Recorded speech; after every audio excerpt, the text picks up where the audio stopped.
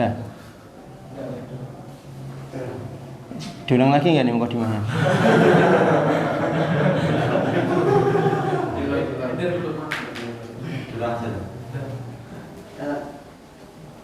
Diulang.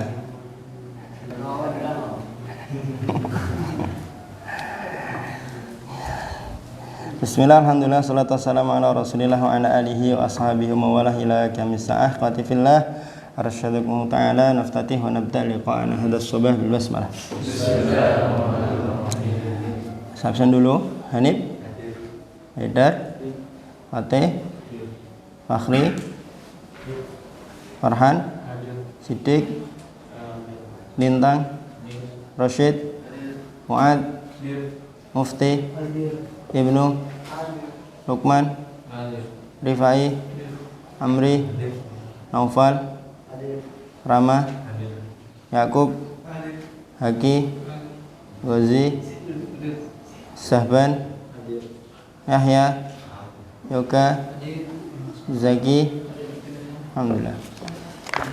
Lengkap ya.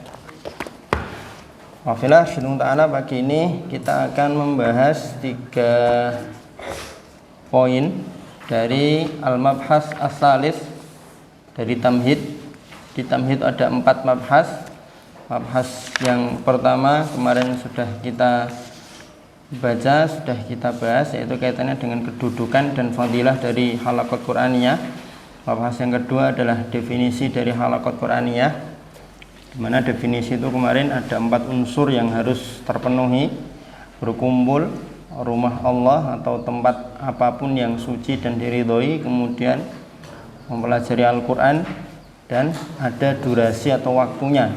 Durasi itu maklumah atau ghairu maklumah. Kemudian definisi dari halaqah Qur'aniyah kemarin adalah istima'un fi baitin min buyutillahi aw fi ayyi makanin tahirin mardiyin litadarusil Qur'anil Karim muddatan minaz zaman.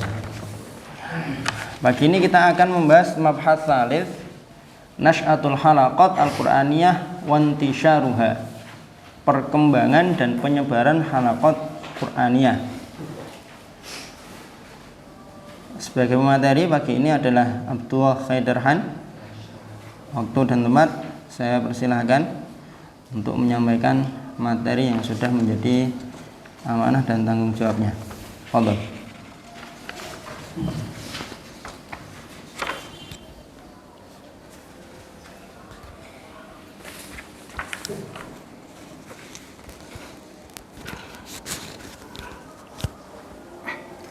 Bismillah, assalamualaikum warahmatullahi wabarakatuh. Waalaikumsalam. Masuk ke pembahasan ketiga tentang nasy'atul halaqatil Qur'aniyah, yang tumbuh kembang dan penyebaran halaqatul Qur'aniyah.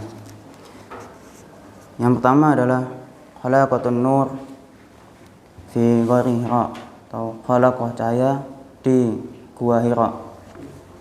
La'alla awal khalaqatul Qur'aniyah tasharrafil qawni bi'inqadiha kanat hina bazgun awal syi'a'un min anwaril Islam. Jadi awal mula khalaqatul Qur'an itu sudah yang membuat bumi dan alam semesta ini mulia itu ketika awal. Jadi sejak awal adanya Islam itu sudah ada yang namanya halaqatul Qur'an.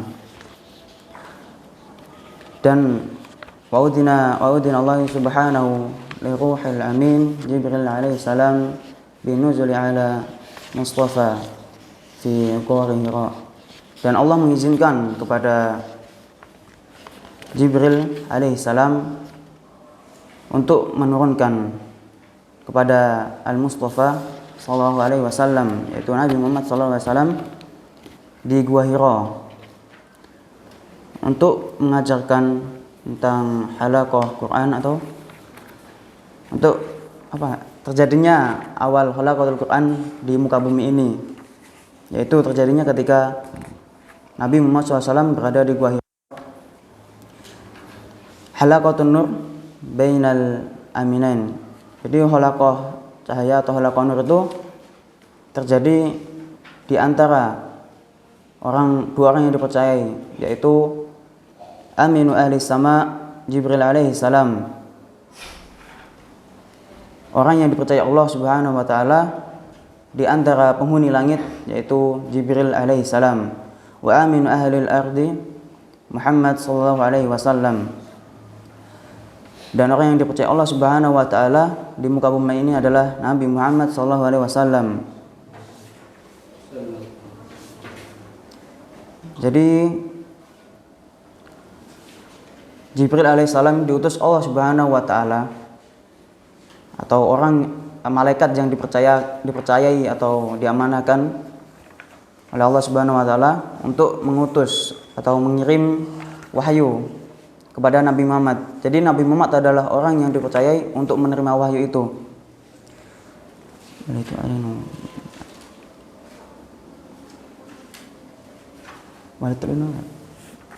Wal tu'lin bud'us sanatil ula. Halaqah yang pertama ini terjadi pada permulaan tahun pertama diutusnya Rasulullah, tahun pertama bi'tsah. Jadi terjadi turunnya ayat ini terjadi ketika awal Nabi Muhammad SAW diutus untuk menjadi nabi yang mulia. Ruya Saykhani an Aisyah radhiyallahu anha qalat awwalu ma budi bihi Rasulullah sallallahu alaihi wasallam min al-wahyi ru'ya salihah fi an-naum. Dari dua syekh kita, yaitu dan dari Aisyah radhiyallahu anha, beliau berkata, awal mula Nabi Muhammad SAW mendapat wahyu itu ketika merasakan wahyu itu ketika Nabi Muhammad SAW bermimpi dengan mimpi yang baik dalam tidurnya. Fakana la yara ru'ya illa ja'at mithlu falaki subhi. Dan beliau tidak pernah bermimpi kecuali mimpi yang begitu jelas atau nyata, layak seperti seolah-olah itu mimpi itu nyata. Mithlu falaki subhi, seperti falaki subhi, terbit, falaki subhi, terbit, ya, seperti terbitnya matahari di ufuk ketika fajar. Summa hubiba ilaihil khala, yaitu kemudian Nabi Muhammad SAW suka menyendiri. Fakana yakhlu bi ghairi Hira fayatahannath, ya, menyendiri di Gua Hira untuk beribadah. Dan terkadang ketika beliau sudah kehabisan makanan, beliau akan turun untuk kembali kembali ke rumah Khadijah radhiyallahu anha untuk mengambil bekal atau untuk menyiapkan bekal untuk kembali lagi ke gua tersebut, sampai hatta haqqu wa huwa fi ghairi Hira, hingga datangnya sebuah kebenaran di Gua Hira itu. Faja'ahul malakul faqala, dan turunlah atau datang seorang malaikat berkata, Iqra. Yang di situ hadisnya itu sudah masyhur ya. Jadi datang malaikat Jibril dan beliau memerintahkan kepada Nabi Muhammad SAW untuk membaca. Akan tetapi Nabi Muhammad menjawab, Nabi Muhammad itu tidak bisa membaca. Jibril pun memeluknya dan memaksa untuk meminta beliau untuk mencoba membacanya, tapi beliau tetap tidak bisa membaca hingga sampai 3 kali. Jadi kisah ini menjadi sebab turunnya surat, yaitu yang Iqra bismi rabbikal ladzi khalaq, khalaqal insana min 'alaq, Iqra wa rabbukal akram. Jadi ini adalah sebab atau turunnya ayat Al-Qur'an yang pertama. Jadi faqad kana Iqra hiya awwalu kalimah uftiha biha dzalik bidzalika liqa al-mubarakah bainal aminain. Jadi Iqra di awal kalimat itu menjadi awal kalimat pertemuan antara Nabi Muhammad SAW, atau pertemuan antara dua orang yang dipercaya, yaitu Nabi Muhammad SAW dan Jibril alaihissalam. Wa kana Jabalun Nur wa awwalul amkani tashrafu bidzalika liqa. Dan Jabal Nur itu adalah tempat pertama yang menyaksikan Nabi Muhammad SAW dan Jibril alaihissalam bertemu atau liqa di tempat itu. Jadi dengan pertemuan itu Jabal Nur itu dijadikan tempat yang mulia.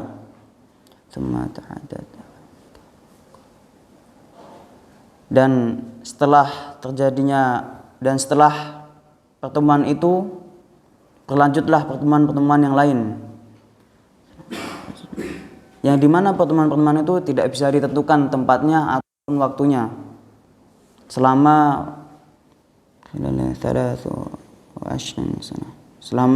sekitar 23 tahun.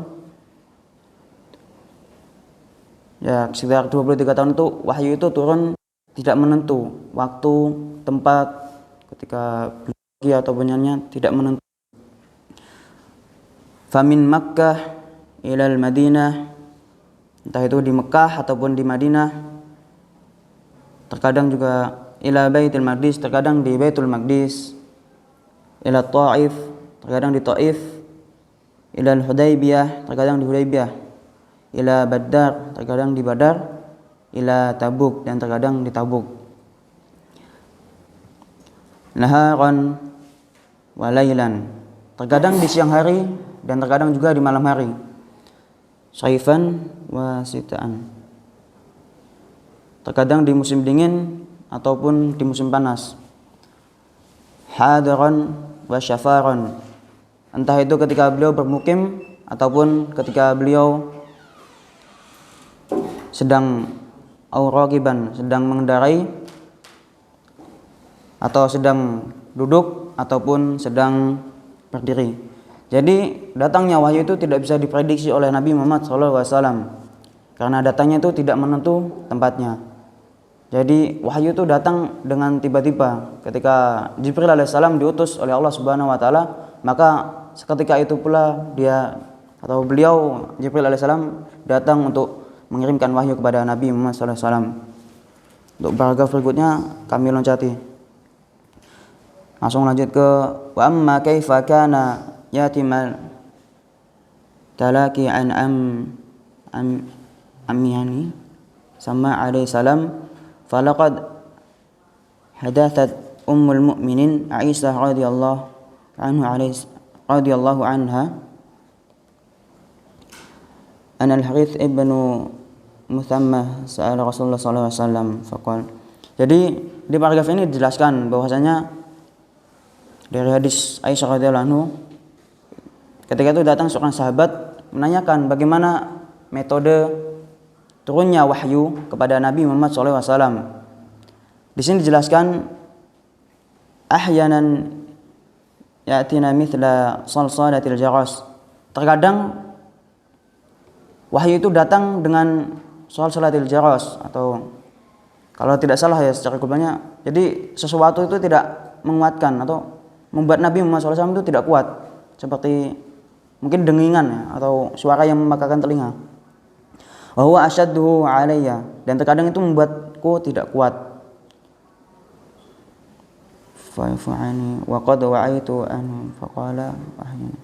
Dan terkadang wahyu itu datang dengan Nabi Muhammad SAW, Jibril alaihissalam itu menyerupakan dirinya seperti manusia atau berubah wujud menjadi manusia biasa dan menyampaikannya atau berbicara kepada Nabi Muhammad SAW layaknya berbicaranya seorang manusia terhadap manusia.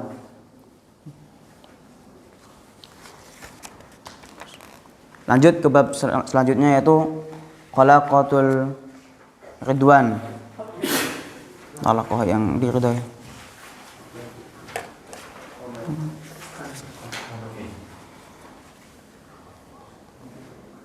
Ma'in tanafadha khalaqatun nur bainal aminain illa wa tuqad ba'daha mubasharatan halqatir ridwan.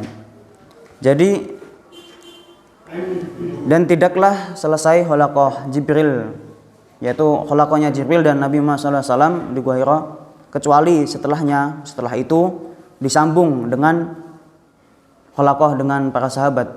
Jadi ketika pertemuan antara Nabi Muhammad SAW dan Jibril itu disebut khalaqatun nur, sedangkan pertemuan dengan para sahabat atau khalaqah Al-Quran dengan para sahabat disebut khalaqatur ridwan.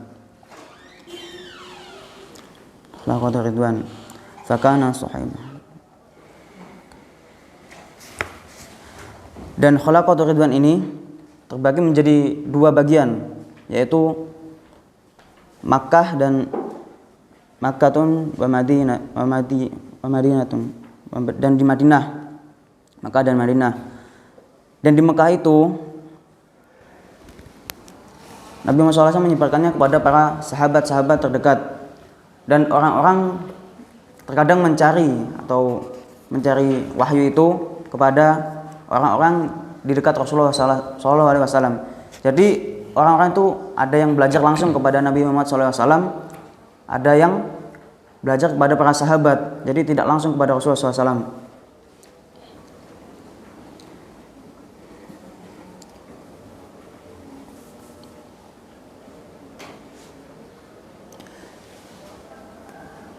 Dan terkadang mereka menulis, yaktubu fi suhuf, terkadang menulis wahyu itu yang disampaikan oleh Nabi Muhammad SAW dengan menulisnya di lembaran-lembaran.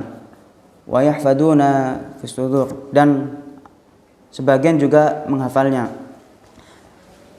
Fakana min kutibal wahyi, dan di antara mereka yang di antara mereka yang terkenal menulis dengan cara menulis, yaitu Muawiyah dan Zaid bin Thabit radhiyallahu anhuma. Dan selanjutnya yang menghafal, orang yang terkenal dengan menghafal, yaitu beliau Ibnu Mas'ud radhiyallahu anhu, di mana beliau adalah orang yang mengakui bahwa atau menyatakan bahwa beliaulah orang yang hafalannya kuat pada masa itu, ya, kuat dan mungkin lah, intinya mungkin hafalannya, atau orang yang lebih memahami Al-Quran. Dan terkadang penyebaran Al-Quran itu tidak semudah yang kita kira, terkadang itu sangat sempit. Terkadang Nabi Muhammad SAW menyebarkan Al-Quran itu dari rumah ke rumah, seperti ketika di Darul Arqam bin Abil Arqam, dan seperti kisah Khobab ketika mengajarkan kepada ipar Umar, yaitu Sa'id bin Zaid dan istrinya, surat Toha fi baitihima, di rumah keduanya yang diridai Allah Subhanahu wa taala. Dan dari kisah ini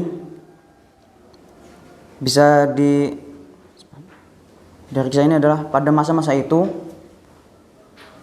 Rasulullah SAW atau ini mempengaruhi dakwah para sahabat ketika itu untuk menguatkan iman, atau jadi di Makkah itu lebih condong kepada iman dan tauhid. Jadi di sini tauhid dulu yang dibenamkan kepada para sahabat, dan iman dibenamkan agar mereka itu kokoh untuk menerima firman Allah Subhanahu wa taala. Jadi mereka menguatkan iman, baru mereka menghafalkan Al-Quran.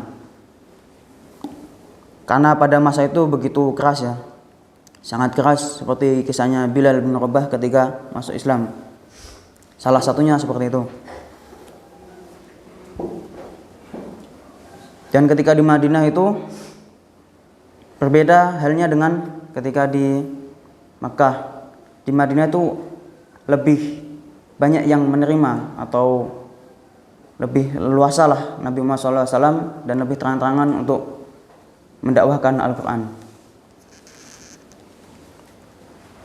Jadi mungkin saya minta maaf sebelumnya kepada teman-teman sekalian, dikarenakan latar belakang yang kurang tentang bahasa Arab, maka saya hentikan di sini karena cuman sampai di 2 bab pembahasan saya. Nanti mungkin akan dilanjutkan oleh beliau Ustadz Farid. Sebelumnya minta maaf sebesar-besarnya. Ini pun sudah dibantu oleh teman-teman, sebagian teman-teman yang lain untuk membantu menerjemahkan. Jadi untuk tambahan untuk teman-teman yang jadwalnya masih agak lama, tolong dipersiapkan sebaik mungkin. Jangan terulang seperti saya di sini. Jadi yang perlu kita pahami, saya tambahkan sedikit. Halaqatun nur itu halaqah antara Nabi Muhammad SAW dan Jibril alaihissalam. Itu yang perlu kita ingat. Terus datangnya wahyu itu tidak menentu. Jadi bahkan Nabi Muhammad SAW pernah bersedih karena wahyu itu tidak datang kepada beliau begitu lama ya.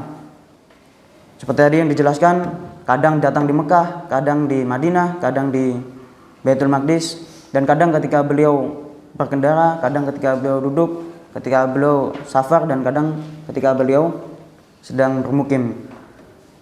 Dan di sini yang perlu kita tahu, Jabal Nur dan Gua Hira adalah tempat pertama liqa itu ada. Dan dimuliakannya kedua tempat itu dikarenakan berdampingannya dengan Al-Quran.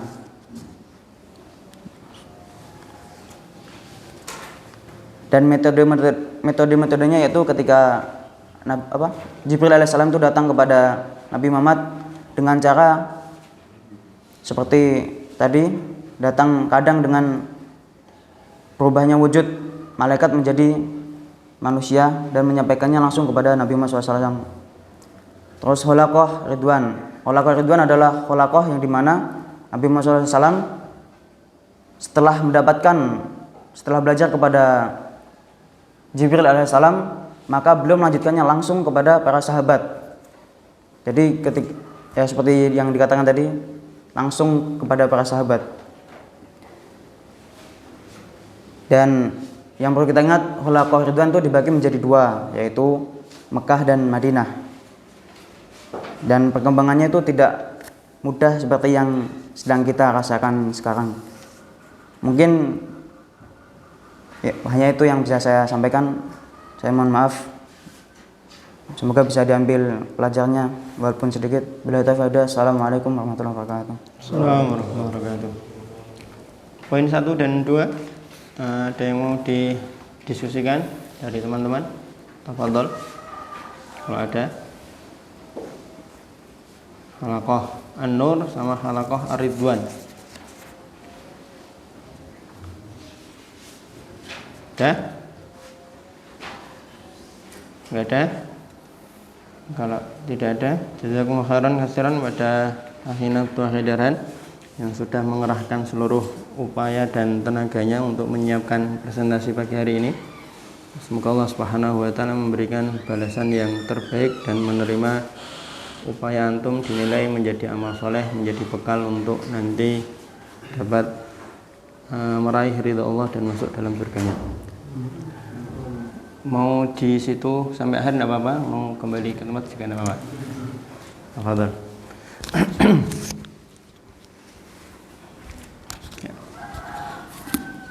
Ya.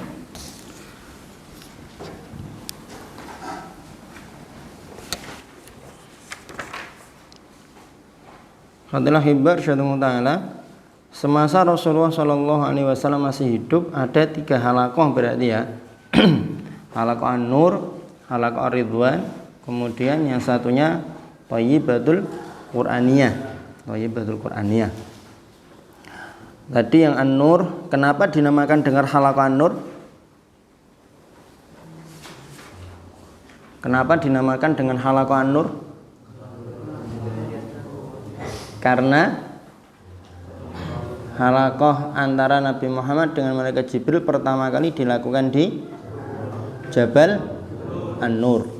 Itu kenapa dinamakan dengan Halaqah An-Nur. Durasi halaqah An-Nur ini berapa? Berapa lama? 23 tahun. Lokasinya di mana?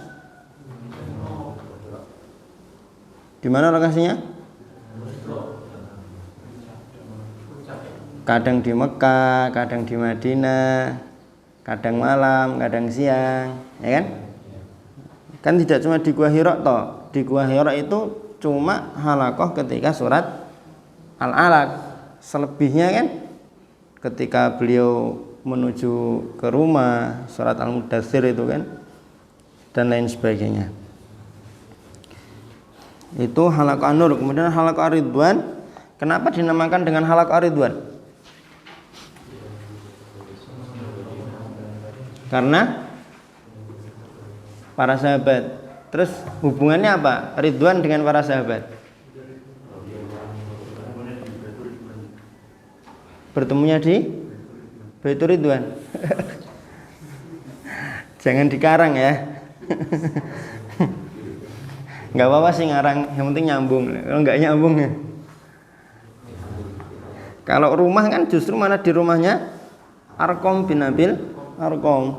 Nggak ada sahabat yang namanya Ridwan kan. Diambil dari ayat radhiyallahu anhum wa radu'an. Footnote nomor 1 halaman 24. Ikhtiyaru tasmiyatiha birridwan ma'khudun min qoulihi ta'ala radhiyallahu anhum wa radu'an. Makanya dinamakan dengan halaqah Ar-Ridwan. Halaqah Ar-Ridwan. Kemudian tadi disebutkan Muawiyah sama Zaid bin Sabit itu bukan sahabat yang biasa menulis, tapi memang ditugasi oleh Rasulullah sebagai pencatat wahyu. Karena memang para sahabat itu ditunjuk langsung oleh Rasulullah untuk mencatat wahyu. Setiap kali turun wahyu nanti ini masukkan di surat ini masukkan di surat ini, masukkan di surat ini, seperti itu. Jadi penjaga Al-Quran dari kalangan sahabat itu ada yang ditunjuk oleh Rasulullah dengan menulis, ada juga para sahabat yang memang menghafal. Di antara yang menghafal adalah sahabat Ibnu Mas'ud radhiyallahu anhu. Oke, kita baca yang ketiga. Halaqat thayyibatil Qur'aniyah. Amma fil marhalatil madaniyah wa fil madinatil munawwarah thayyibatut thayyibah faqad kana intisharu hadzal nur awsa. Pada fase Madinah, penyebaran halaqah ini, penyebaran cahaya Al-Qur'an ini menjadi lebih luas. Kalau di Mekah kan dia tadi doyikin, tempatnya sempit, waktunya juga tidak bebas, sembunyi-sembunyi, karena memang faktor perkembangan dakwah. Kan seperti itu. Tapi kalau di Madinah ausa dia. Fa ahluha humul ansarul ladzina fatahu qulubahum lidzikri wat tanzil wa aslamu arwahahum fida'annahu. Karena memang penduduk Madinah itu adalah para sahabat Ansor yang sudah membuka hati mereka lidzikri wat tanzil, untuk Al-Qur'an. Mereka juga sudah menyerahkan ruh mereka sebagai tebusan untuk Al-Qur'an. Kan gitu. Bisa kita baca kalau dalam sejarah itu bagaimana pertemuan pertama kali dua orang dari Yasrib dengan Rasulullah yang ditindaklanjuti dengan Bai'ah Aqabah pertama dan Bai'ah Aqabah kedua, sampai akhirnya dipungkasi dengan hijrahnya Rasulullah dan para sahabat dari Mekah ke Madinah. Karena memang orang-orang Yasrib, orang-orang Madinah sudah betul-betul siap untuk menjadi tempat basisnya Rasulullah sallallahu alaihi wasallam. Walaqad kana awwalu safirin Nabi sallallahu alaihi wasallam bil Qur'anil Karim ilaiha. Duta pertama kali Rasulullah yang membawa Al-Qur'an, mengajarkan Al-Qur'an ke Madinah adalah Mus'ab bin Umair. Masih ingat ya kisahnya Mus'ab ya? Seorang pemuda perlente dari kalangan Muhajirin, dari kalangan Quraisy yang mungkin orangnya di sini aromanya sudah tercium di musola karena saking menggunakan parfum yang wangi dan mahal. Baju-bajunya tidak ada yang cuma robani, Robani paling mahal berapa sih? 500 ya. Bajunya ya mungkin ada yang harganya sampai 5 juta mungkin. Saking perlentenya Mus'ab bin Umair. Tapi setelah beliau masuk Islam, kemudian syahid di medan Uhud ya, beliau syahidnya di medan Uhud. Beliau dikuburkan dalam kondisi kain kafan itu tidak muat untuk menutup jasad beliau. Ditarik ke bawah nutup kaki, kepalanya kelihatan. Ditarik ke atas nutup kepala, kakinya kelihatan. Akhirnya kan ditarik ke atas, kemudian kakinya ditutup menggunakan media yang lain. Mus'ab bin Umair. Faqad ikhtarahu sallallahu alaihi wasallam mab'utsan ilaiha qubaila hijratihi. Rasulullah memilih Mus'ab bin Umair diutus ke Madinah beberapa masa. Qubail itu kan sebelum, tapi masanya dekat. Beberapa saat sebelum Rasulullah dan para sahabat hijrah. Diutus menjadi duta beliau, menyiapkan basis di Madinah. Yufaqihu ahlaha fi dinillahi wa yaqitu fiha ulal halaqat al-Qur'aniyah ma'a As'ad bin Zurarah al-Khazraji.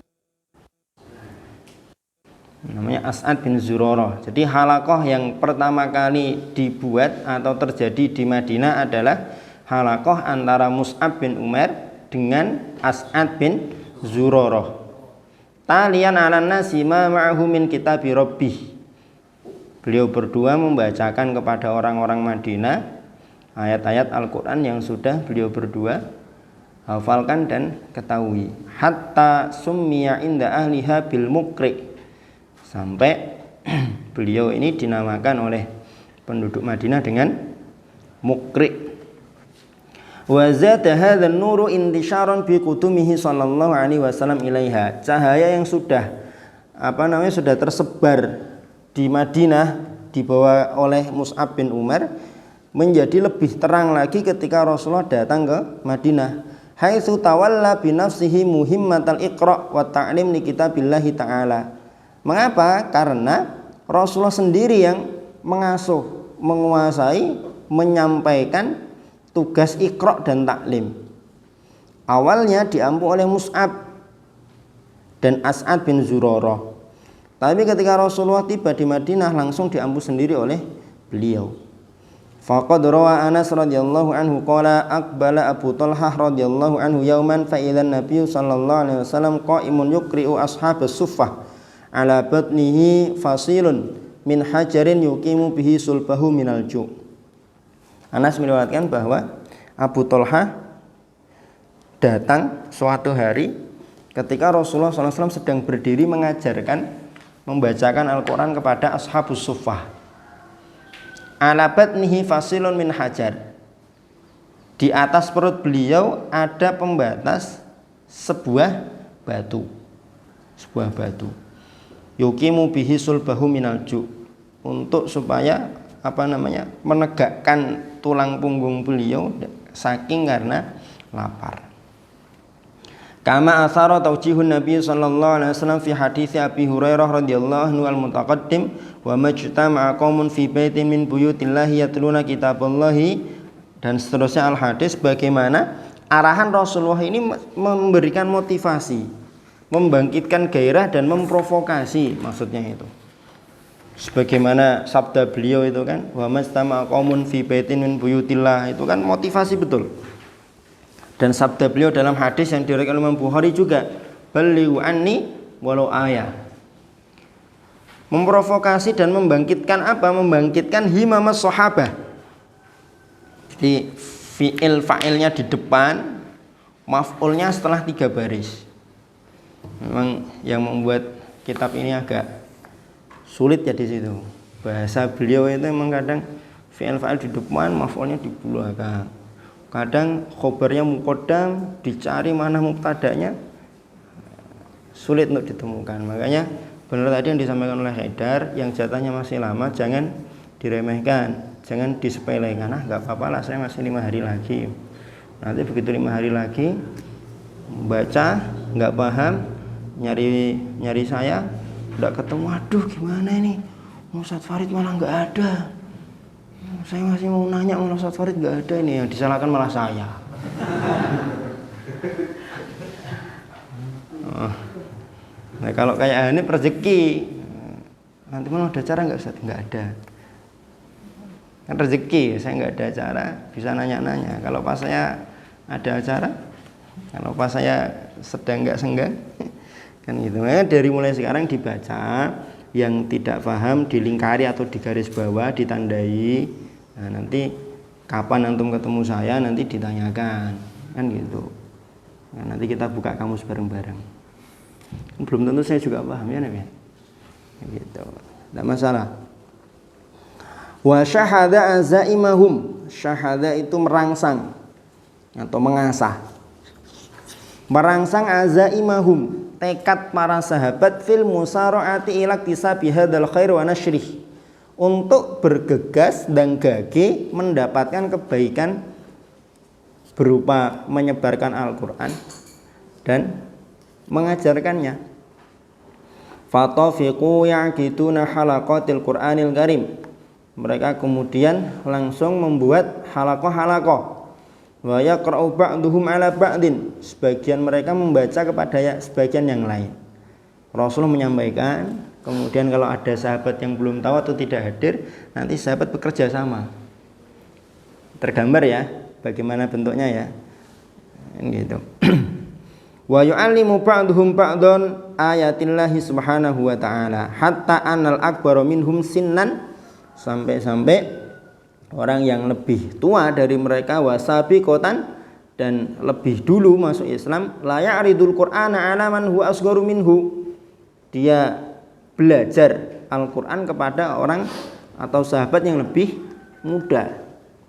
Faqad ruwiya 'an Ibnu Abbas radhiyallahu anhu maqala kuntu uqri'u Abdurrahman bin Auf dzata lailatin wa nahnu bimina, pernah membacakan Al-Quran, mengajarkan Al-Quran kepada Abdurrahman bin Auf. Padahal Ibnu Abbas itu ketika perang Badar aja usianya masih belum boleh untuk ikut perang kan, perang Badar.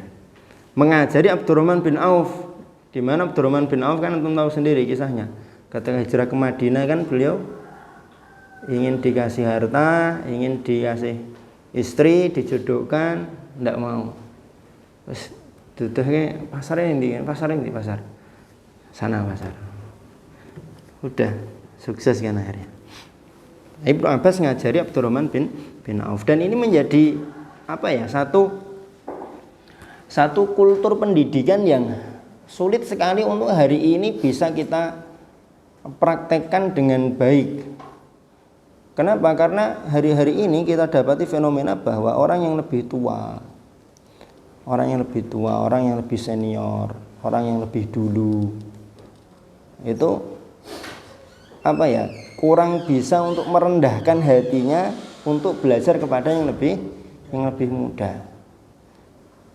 Nah, kita yang lebih muda jangan kemudian orang-orang tua ini mengkolot, jangan gitu. Nah, kita pakai trik, kita berusaha dulu gimana caranya biar orang-orang tua itu mau belajar. Tidak harus sama kita, biar dia belajar kepada orang lain atau menggunakan media yang lain, kan gitu. Dan tidak harus sekarang gitu, karena emang gengsi, dan namanya orang tua itu kan pengennya dihormati, kan gitu, pengennya wibawanya itu betul-betul diakui, kan seperti itu. Jadi memang kita sebagai anak muda, kalau ada hal-hal yang perlu untuk kita sampaikan, atau kita ingin supaya orang-orang yang lebih senior itu belajar, ya kita harus menempuh banyak jalan. Kalau banyak jalan itu sudah kita tempuh, sudah kita upayakan, dan tidak ada satupun yang berhasil, ya sudah, entah ini mati nih.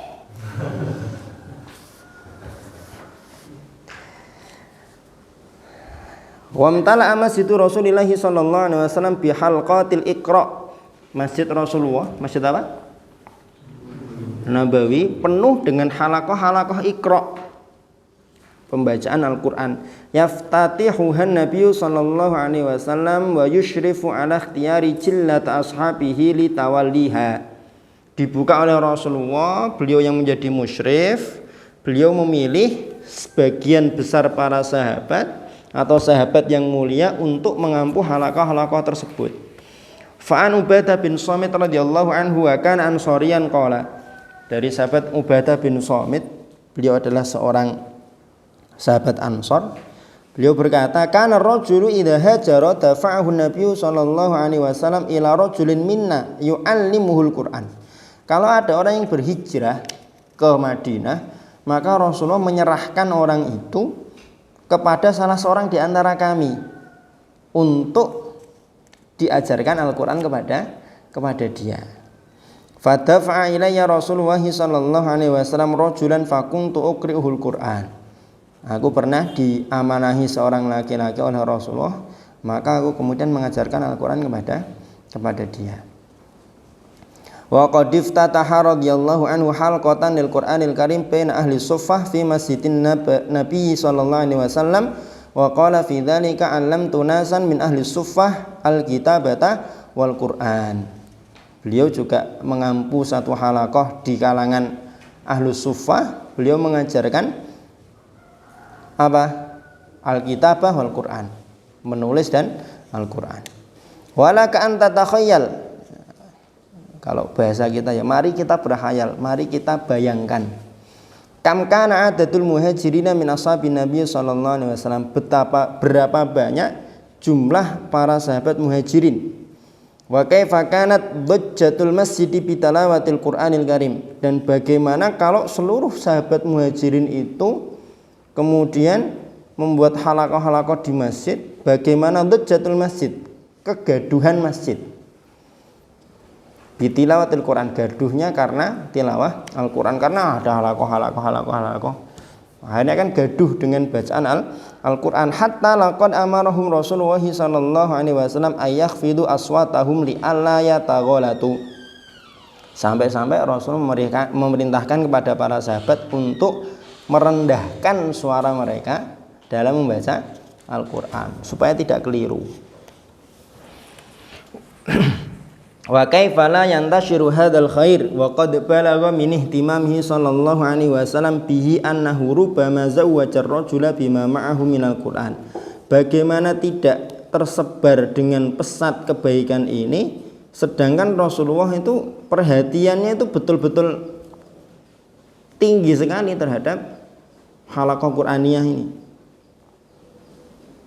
Beliau menikahkan seorang laki-laki menggunakan mahar Al-Quran yang ada bersama dengan sahabat tersebut, kan gitu. Bukan dengan hafalan ya, bisa jadi hafalan, tapi kan bima ma'aka minal Quran itu kan maknanya Al-Quran yang ada padamu itu kan diajarkan dan tidak cuma hafalannya saja. Wa kana yuqaddimu fil lahdi min syuhada'i Uhudin aktsarahum jam'an lil Quran. Pada perang Uhud itu ketika pemakaman, yang diprioritaskan atau didahulukan untuk dimasukkan ke liang lahat adalah orang yang lebih banyak Al-Qur'annya. Wa kana yanzi'ur rayata minan nasi liyutiha li ahli Al-Qur'an. Rasulullah juga kadang mencopot atau mengambil satu bendera royah perang ya, maksudnya ya, bendera perang dari satu sahabat diberikan kepada sahabat lain yang dia ahlul Qur'an. Faqad akhadha rayata Bani Najjar yauma Tabuk min Ammarah bin Hazm.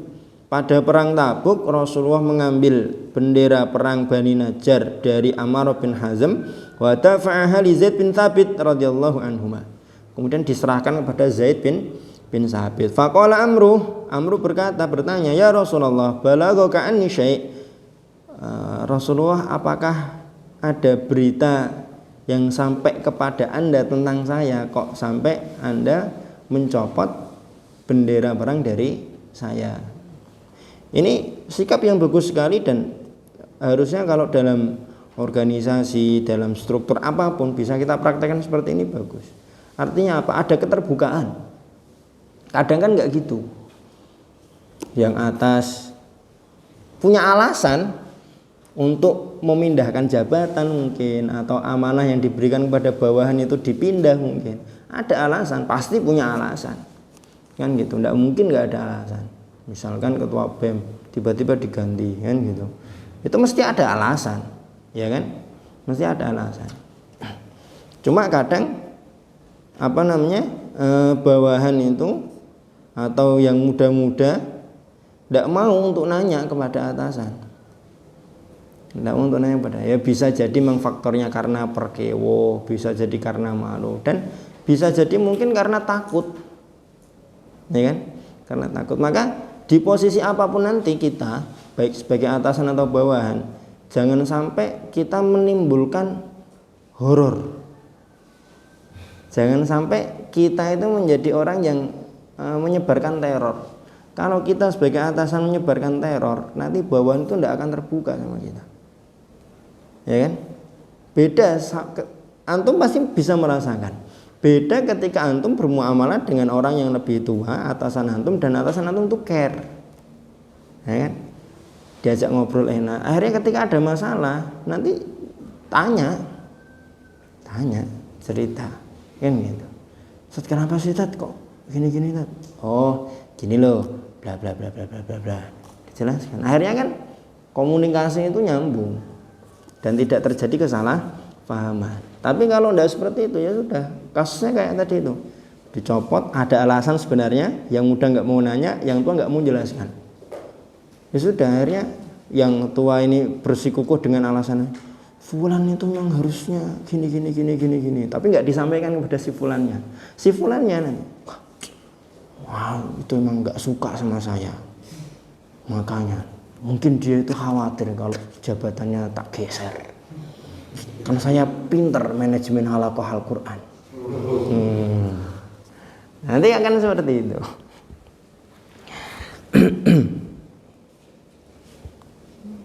Qala la walakin al-Qur'ana muqaddam. Tidak ada apa-apa. Hanya saja Al-Qur'an itu lebih diprioritaskan, lebih didahulukan. Gitu. Akhirnya kan memang Rasulullah itu sosok pemimpin yang tidak ada duanya, ya. Pemimpin yang paling tahu terhadap seluruh kepribadian bawahannya, dan itu memang teladan yang sulit untuk kita teladani. Tapi ya kita berusaha maksimal. Bahkan nanti ketika kita menjadi musyrif halaqah, di antara yang paling penting untuk kita lakukan adalah itu tadi, membangun chemistry, hubungan dengan aduk kita. Kama kana sallallahu alaihi wasallam yuqaddimul ishtighala bil Qur'ani ala umuril kasbil madi mahma balag. Sebagaimana Rasulullah juga lebih mendahulukan menyibukkan diri dengan Al-Qur'an daripada mencari penghidupan materi. Faqad ruwiya anna rajulan laqiya Nabiyya sallallahu alaihi wasallam faqala lahu ya Rasulullah ishtaraitu maksam ay nasiba bani fulan farabihtu fihi kada wa kada. Suatu ketika ada seorang sahabat bertemu dengan Rasulullah dengan bangga cerita, Rasulullah saya habis beli ini. Saya laba banyak sekali ya Rasulullah. Fa yaqulu lahu sallallahu alaihi wasallam, Rasulullah malah bersabda kepada sahabat ini, ala unabbiuka bima huwa aktsaru ribhan minhu. Kamu mau nggak tak kasih tahu perdagangan yang lebih banyak untungnya daripada perdagangan yang tadi barusan kamu banggakan kepadaku. Qala wa hal yujad, loh ada toh Kanjeng Nabi. Qala rajulun ta'allama asyra ayat. Seorang laki-laki yang mempelajari 10 ayat. Fadhahabar rajul fata'allama asyra ayatin fa'atan nabiyya sallallahu alaihi wasallam fa akhbarahu. Laki-laki itu kemudian beranjak pergi mempelajari 10 ayat, setelah selesai cerita kepada Rasulullah sallallahu alaihi wasallam. Jadi memang Rasulullah itu menciptakan kondisi di mana para sahabat itu betul-betul semangat ghirah menghidupkan Al-Qur'an. Walaqad surran Nabi sallallahu alaihi wasallam bi intishari hadzal khair fi Thaibah wa athna ala ashabi khairan fa an Jabir bin Abdullah radhiyallahu anhu qala kharaja alaina Rasulullah sallallahu alaihi wasallam wa nahnu naqra'ul Qur'an wa fina al-a'rabiyyu wal ajami qala fa waqafa alaina yastami' fa qala iqra'u fa kullun hasan wa fi riwayat Sal bin Sa'id radhiyallahu anhu wa nahnu naqtari ay yuqri'u ba'duna ba'dan. Rasulullah suatu ketika mengunjungi para sahabat. Nah, para sahabat sedang mengadakan halaqah. Ada orang Ajam, ada orang Arab, kan? Rasulullah bersabda, "Iqra'u faqulun hasan." Bacalah Al-Qur'an. Semua itu adalah kebaikan.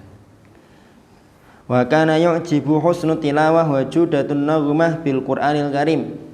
Rasulullah itu kagum terhadap bacaan yang baik dan irama yang merdu. Faqad abta'at Aisyah radhiyallahu anha yauman ala Rasulillah sallallahu alaihi wasallam ba'dal isya'i.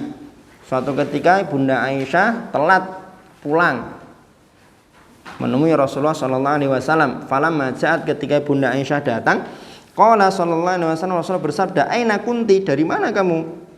Qalat kuntu astami'u qira'ata rajulin min ashabika lam asma' mithla qira'atihi wa sautihi min ahadin. Aku tadi mendengarkan bacaan salah seorang dari sahabat Anda, wahai Rasulullah. Aku tidak pernah mendengarkan bacaan yang seindah itu sebelumnya. Qalat faqama, Rasulullah kemudian berdiri, faqumtu ma'ahu, Ibunda Aisyah ikut berdiri, hatta istama'a lahu. Rasulullah sampai berdiri berangkat mencari siapa sih sahabatku yang dipuji oleh istriku kan gitu. Tsummal tafata ilayya faqala, Rasul kemudian menoleh melihatku kemudian bersabda, hadza Salim maula Abi Hudzaifah. Ini adalah Salim maula Abi Hudzaifah. Alhamdulillahilladzi ja'ala fi ummati mithla hadza. Segala puji milik Allah yang menjadikan di antara umatku ada orang yang seperti ini. Wa Nabi Musa al-Asy'ari radhiyallahu anhu anna Rasulullah sallallahu alaihi wasallam qala lahu, dari Abu Musa al-Asy'ari Rasulullah bersabda kepada beliau, "Law ra'aitanil barihata wa ana astamti'u li qira'atika laqad u'tita mizmaran min mazamiri ali Daud wa huwa kinayatun an husni sautihi wa judati tilawatihi." Seandainya kamu lihat aku tadi malam, aku betul-betul sangat menikmati bacaan Qur'anmu. Sungguh kamu diberikan mizmaron min mazamiri ali Daud. Apa mizmar itu? Seruling di antara seruling-serulingnya keluarga Daud. Maksudnya di sini seruling apa? Kinayah, ungkapan terhadap bagusnya suara dan eloknya bacaan Abu Musa al-Asy'ari. Wa yakfi dalilan ala si'ati intishari halaqatil Qur'anil Karim wa kathrati huffadhihi minas sahabati fil Madinah. Irsalun Nabi sallallahu alaihi wasallam fi sanati rabi'ati min hijratihil mubarakah sab'ina minas sahabati ala sahih kanu yusammuna bil qurra. Dalil atau bukti paling nyata atas tersebar luasnya halaqat Al-Qur'an dan banyaknya para hufat dari kalangan para sahabat di Madinah adalah peristiwa di tahun keempat Hijriah. Rasulullah mengutus 70 sahabat. Di mana 70 sahabat ini mereka semuanya dinamakan dengan qurra. Qurra. Ila kharijil Madinati linasyril Qur'ani wa ta'limih. Keluar Madinah untuk menyebarkan Al-Qur'an dan mengajarkan Al-Qur'an. Faqutilu ridwanullahi alaihim an akhirihim bi bi'ri Ma'unah. Tapi ke-70 sahabat ini kemudian dibunuh di Bi'ru Ma'unah. Ini peristiwa Bi'ru Ma'unah. Wa qanatan Nabi sallallahu alaihi wasallam qabla ruku'i syahran yad'u 'ala man qatalahum thumma tarakahu lamma ja'u ta'ibina muslimin. Rasulullah kunut sebelum rukuk selama 1 bulan mendoakan laknat untuk orang-orang yang membunuh 70 sahabat Qurra ini. Kemudian beliau meninggalkan kunut atau menyelesaikan kunut ketika mereka datang bertobat dan mau masuk Islam.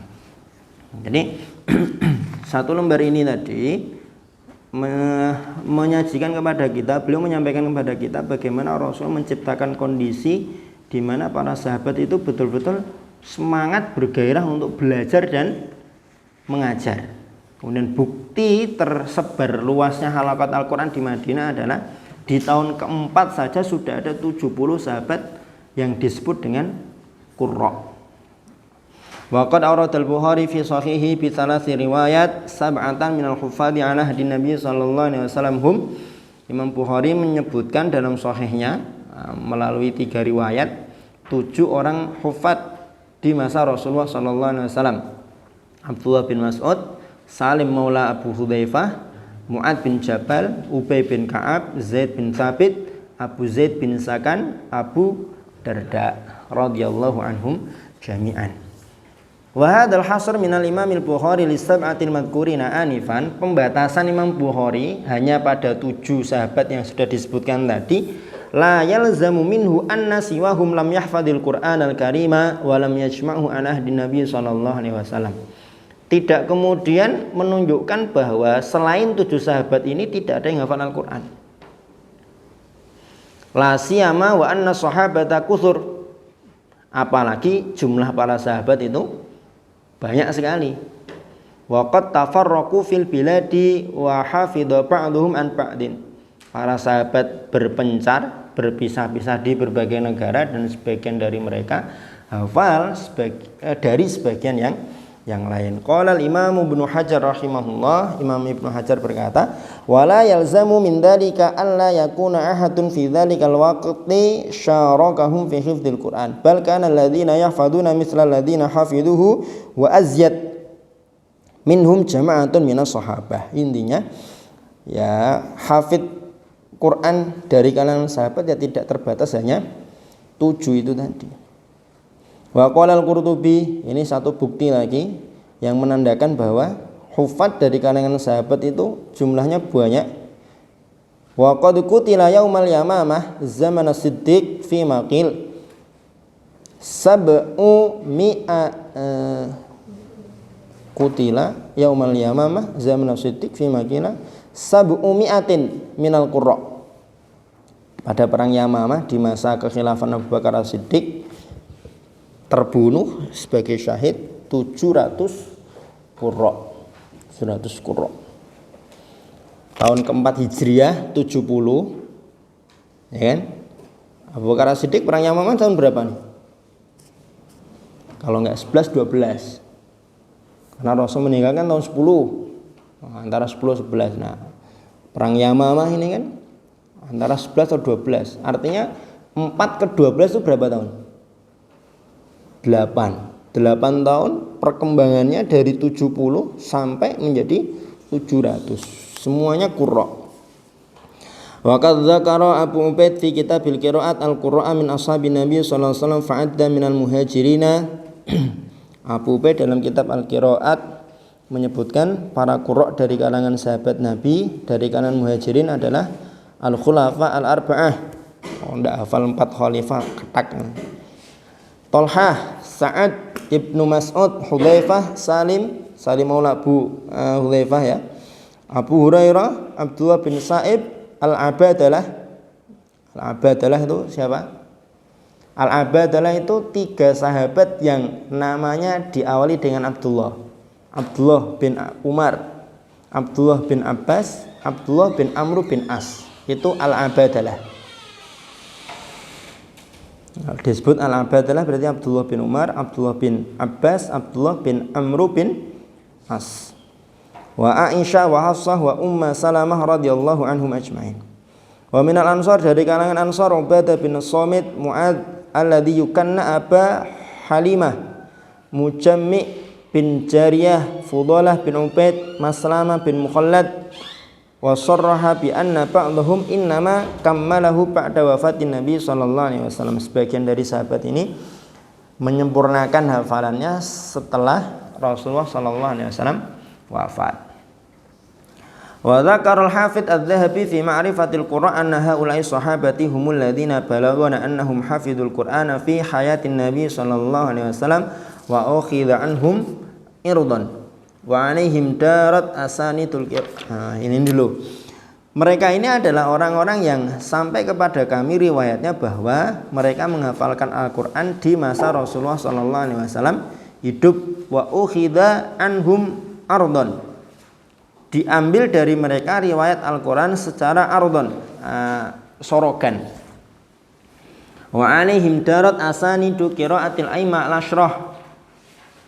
Qiraah asyrah, para imam qiraah asyrah itu sanadnya ya nyambungnya kepada para sahabat yang sudah disebutkan itu tadi, Muhajirin dan Ansar itu tadi. Wa qad jama'al Qur'anal Karima ghairuhum minas sahabati walakin lam tattasil bina qira'atuhu. Para sahabat selain mereka juga banyak yang hafal seluruh Al-Qur'an, ada qiraahnya, akan tetapi qiraah mereka tidak sampai kepada kita. Yang sampai kepada kita ya yang 10 itu tadi. 14 tapi yang 4 kan syad. Wa an haula'i sahabati an ghairihim talaqa baqiyatus sahabatil Qur'anul Karim faqad rawa Anas bin Malik radhiyallahu anhu qala mata an-nabiy sallallahu alaihi wasallam wa lam yajma'il Qur'ana ghairu arba'ah qala wa nahnu warisnahu. Diwariskan atau para sahabat menerima Al-Qur'an sepeninggal Rasulullah itu belajar membuat halaqah dengan sahabat yang sudah menghafalkan Al-Qur'an. Wa qad qara'a ala Ubay radhiyallahu anhu wa huwa aqra ummati Muhammadin sallallahu alaihi wasallam jama'atun minas sahabah. Sungguh telah membaca kepada Ubay bin Ka'ab radhiyallahu anhu, beliau adalah aqra ummati Muhammad, umatnya Nabi Muhammad yang paling fasih, paling baik bacaannya. Jama'atun minas sahabah, sekelompok besar dari kalangan sahabat. Di antaranya Abu Hurairah, Ibnu Abbas, Abdullah bin Sa'ib radhiyallahu anhum ajmain. Jadi tidak malu belajar kepada temannya sendiri, kan gitu. Daripada merasa benar, tidak mau nanya kepada teman, mending tanya, diskusikan dengan teman. Wa akhadha Ibnu Abbas an Zaid bin Thabit radhiyallahu anhu qala Syafi'i wa kana Zaid qad ghalaba an-nas ala thnataini al-Qur'an wal faraid. Ibnu Abbas juga mengambil dari Zaid bin Thabit, dan memang sahabat Zaid bin Thabit ini terkenal dengan Al-Qur'an dan faraidnya. Beliau kan ketua panitia penulisan Al-Qur'an di masa Abu Bakar As-Siddiq, ya. Zaid bin Thabit radhiyallahu anhu. Awalnya tidak mau kan, menolak itu. Anda ini gimana kok menyuruh saya melakukan perbuatan yang tidak pernah diajarkan dan dicontohkan oleh Rasulullah. Tapi akhirnya kemudian mau setelah dibujuk. Wa kana mimman takharraja ala aidiha ulai sahabati minat tabi'in, di antara alumni yang belajar kepada para sahabat ini tadi dari kalangan tabi'in fil Madinah, di Madinah adalah Sayyidut Tabi'in Sa'id bin Al-Musayyib rahimahullahu taala. Wa kana syadidut ta'zim li kitabillahi ta'ala yaqul, beliau sangat mengagungkan Al-Qur'an. Beliau berkata, la taqulu musayhif wala musayjid. Janganlah kamu mengatakan mushaf kecil, janganlah kamu mengatakan masjid kecil. Maka lillahi fa huwa azimun hasanun jamilun. Apapun milik Allah adalah agung, baik dan indah. Jadi tidak boleh mengatakan Quran kecil, tidak boleh. Masjid kecil, tidak boleh. Kata Sa'id bin Al-Musayyib. Musayhif, musayjid ini kan kalau dalam pelajaran nahwu kita apa namanya? Isim tasghir. Isim tasghir. Tidak boleh ditasghirkan oleh beliau, Sa'id bin Al-Musayyib. Dicatat itu tokoh tabi'in Madinah, namanya Sa'id bin Musayyib. Wa kana minhum aidan Abu Abdurrahman As-Sulami muqri'ul Kufah alladhi arada ala Zaid wa Utsman wa Ali wa Ibn Mas'ud. Abu Abdurrahman As-Sulami muqri' Kufah, beliau belajarnya kepada Zaid, kepada Utsman, kepada Ali dan kepada Ibnu Mas'ud. Rawa Alqamah bin Marsad an Abi Abdurrahman As-Sulami. Alqamah bin Marsad, Alqamah itu nama yang sering sekali antum akan dapati ketika membaca kitab tafsir. Alqamah meriwayatkan dari Abu Abdurrahman As-Sulami dari Utsman bin Affan, qala Rasulullah sallallahu alaihi wasallam, khiyarukum man ta'allamal Qur'ana wa 'allama. Qala wa aqra'a Abu Abdurrahman fi imrati Utsman hatta kana al-Hajjaj. Abu Abdurrahman membacakan, aqra'a itu membacakan, membuat majelis Al-Qur'an, membacakan Al-Qur'an pada masa pemerintahannya Utsman bin Affan sampai masanya Hajjaj bin Yusuf yang dimaksud. Qala Abu Abdurrahman wa dzakal ladzi aq'adani maq'adi hadza ukri yushiru ila athari hadis Nabi sallallahu alaihi wasallam sabiq fi julusihi lil iqra. Wa kana minhum aidan Urwah sayyidu muta'ahidil Qur'an alladzi ma taraka juz'ahu bil Qur'ani wal qiyama bi fil lail illa lailata quti'at rijluhu minal akilah. Urwah bin Zubair ini maksudnya. Urwah bin Zubair bin Awam. Beliau adalah orang yang tidak pernah sama sekali meninggalkan juz'ahu bil Quran, punya wirid setiap hari Al-Quran itu. Tapi tidak disebutkan di sini berapa ya. Memang selayaknya seorang penghafal Al-Quran itu punya wirid harian, walaupun tidak ada mutabaah. Nyagerke mutabaahnya ustadz. Nah, seorang hafid harusnya memang setiap hari itu punya wirid itu tadi, entah 3 juz, entah 5 juz, yang tidak yang jangan sampai dia tinggalkan. Wal qiyamah bil lail, qiyamul lail juga ya. Seorang menghafal Al-Quran ya harusnya memang qiyamul lailnya rutin. Kecuali pada malam di mana kaki beliau dipotong, diamputasi. Wa kana minhum, di antara mereka adalah Salim wa Umar bin Abdul Aziz wa Sulaiman wa Atha ibn Yasar. Sulaiman bin Yasar, Atha bin Yasar, wa Mu'ad al-Qari wa Abdurrahman bin Hurmus al-A'raj wa ghairuhum. Wa kana bi Makkah minhum Atha bin Abi Rabah wa Tawus wa Mujahid wa Ikrimah wa ibnu Abi Mulaikah wa ghairuhum rahimahumullahu jami'an. Wa hakadha tataba al-khair wa intashar. Demikianlah kebaikan ini terus tataba itu ya apa namanya? Turun temurun wa intashar, dan menyebar hatta balagul Kufah wal Basrah wasyam wa Misr wal Yaman.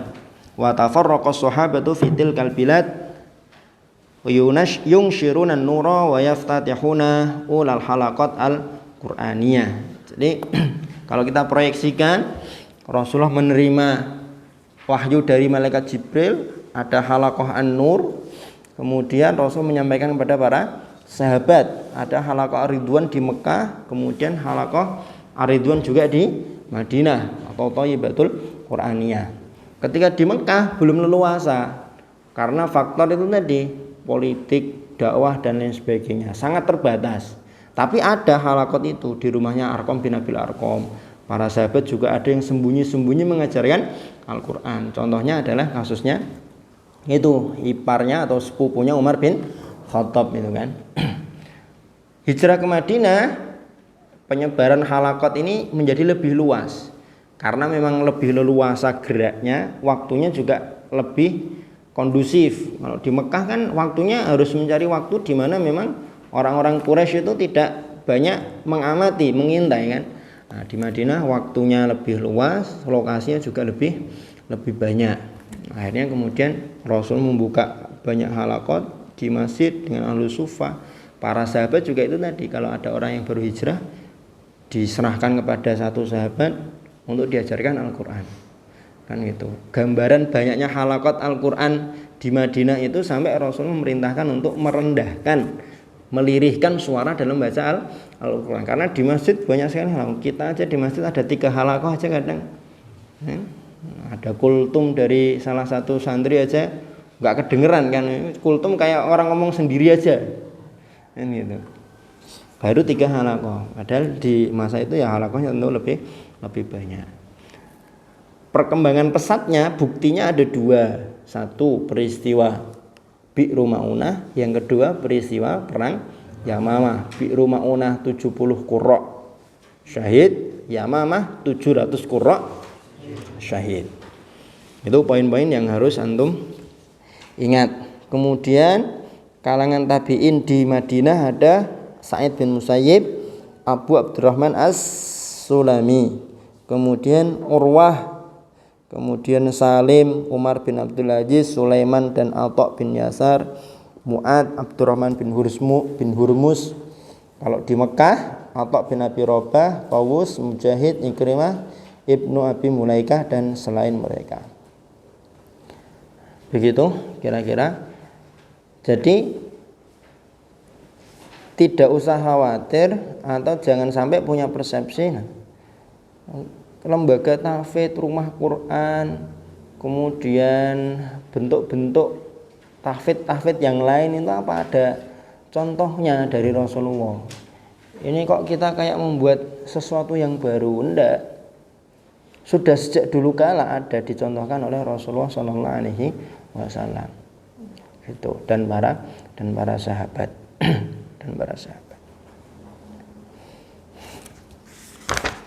Begitu kira-kira untuk pertemuan pagi hari ini. Mungkin ada yang mau didiskusikan terlebih dahulu kaitannya dengan ini Halaqah An-Nur, Halaqah Ar-Ridwan, baik di Mekah atau di Madinah.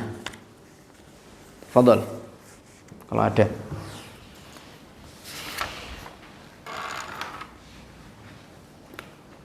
Fatih nanti berarti membahas Kufah, kemudian Basrah, Syam,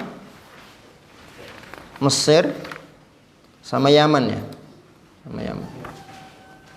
Madinah, Mekahnya tokoh tabi'innya harus antum ingat ya, minimal ya 2 atau 3 nama lah. Madinah 2 atau 3 nama, Makkah 2 atau 3 nama.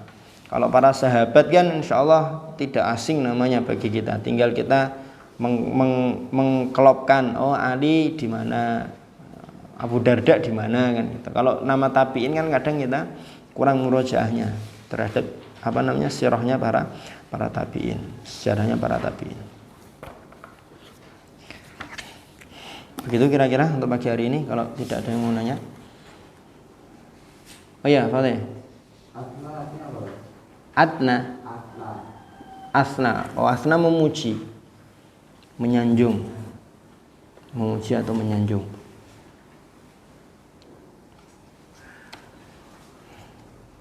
Fatih dan seterusnya nanti tidak harus dibaca full seperti saya atau 2 presenter sebelumnya. Boleh antum baca, yang penting antum paham, kemudian nanti langsung aja disampaikan. Misalkan poin 4, Dawiyul Kufah bi halaqat al-Qur'aniyah. Kufah ini tokohnya adalah fulan, teknis pelaksanaannya adalah bla bla bla bla bla dan seterusnya.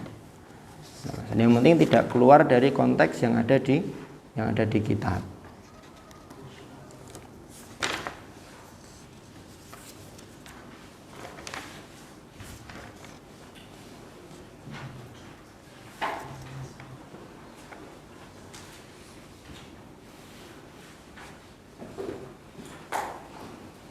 Model halaqahnya Rasulullah dengan para sahabat, antum buka halaman 24 paragraf kedua.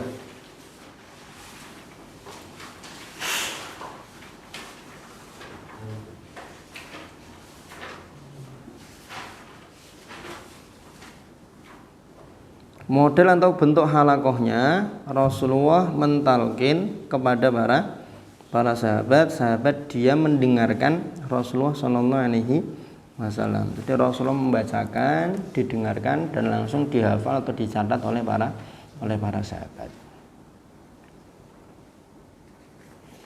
Nanti ada corak-coraknya di Kufah nanti seperti apa, di mana seperti apa. Nanti ada model-model dan bentuknya. Yakfi? Kalau yakfi ya sudah.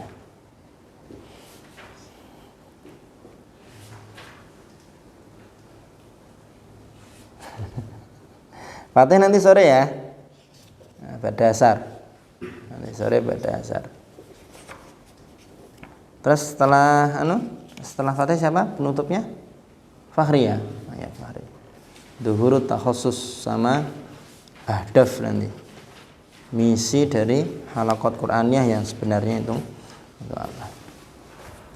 Ya sudah begitu, kalau tidak ada yang mau di istifsar, istibyan atau didiskusikan lagi. Kita cukupkan untuk pagi hari ini. Nah, tatim di doa kafaratul majlis. Assalamualaikum warahmatullahi wabarakatuh.